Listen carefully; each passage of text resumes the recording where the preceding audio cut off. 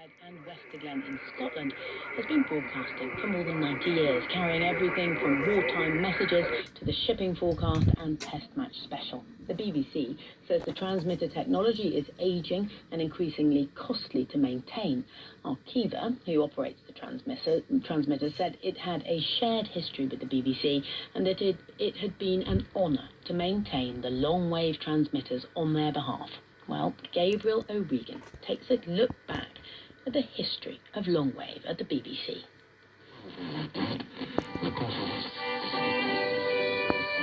This is BBC Radio 4, serving the whole of the United Kingdom on 1500 metres, 200 kilohertz. November 1978, the moment Radio 4 arrived on Longwave, and with it a new UK theme to mark the occasion. After almost 50 years on the frequency, and over a century since the BBC first broadcast on Longwave, the BBC will end broadcasts of Radio 4 on Longwave later this year. 1 o'clock tomorrow morning will mark the end of Radio 4's Longwave service. The Daventry transmitter, which opened in July 1965, was the world's first permanent, high-powered long-wave transmitting station.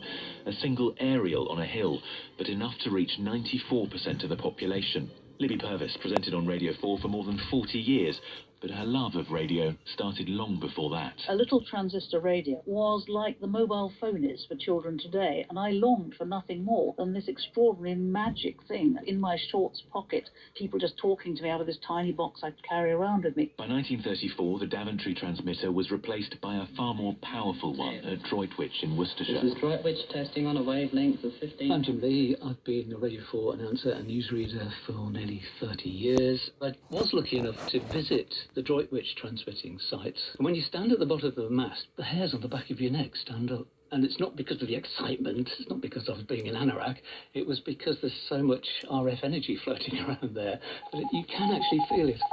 Ici, Londres. Les Français parlent au français. During the Second World War, BBC transmitters, including the long-wave signal from Droitwich, carried coded messages to the French resistance, the powerful waves able to penetrate deep into occupied territory. After the war, BBC Longwave carried the Light programme, then Radio 2, and finally, in 1978, Radio 4. Welcome. We're glad you found us. And welcome to our new listeners in Scotland, in Wales, in Northern Ireland. And welcome to our new friends who may be listening across the English Channel. Welcome, gentlemen sailing the high seas. The shipping forecast came with it, but not because it belonged to Radio 4, but because it belonged to Longwave.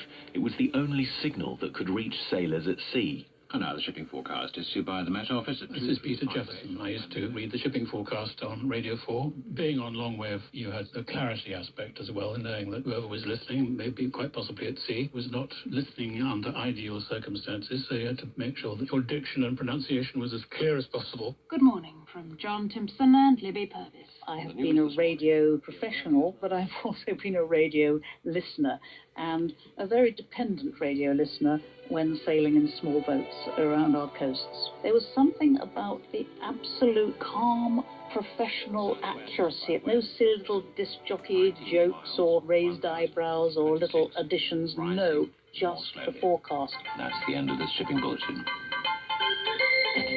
Longwave was also the home of Test Match Special. Well, it was eventually. When Test Match Special came to Radio 4 Longwave, it was feeling a bit unloved, and they weren't made particularly welcome by Radio 4. I'm Andy Rushton, and I was for a long time the announcer for Test Match Special on Radio 4 Longwave. You were well aware of the Longwave audience because they were very quick to get in touch, some of whom were very annoyed at having their days of listening to Radio 4 interrupted by cricket. The shipping forecast has actually rather stymied us, and you know that the game is going to end or whatever it may be during the shipping forecast. What do? Millions of people listening, and off they go to learn all about Rockall.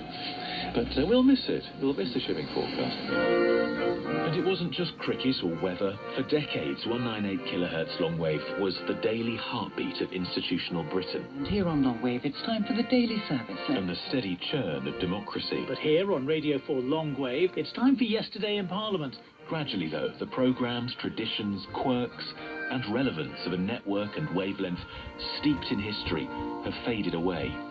The UK theme, composed to welcome Radio 4 to Longwave, was dropped in 2006. Which of course means that now we've come to rather an historic moment.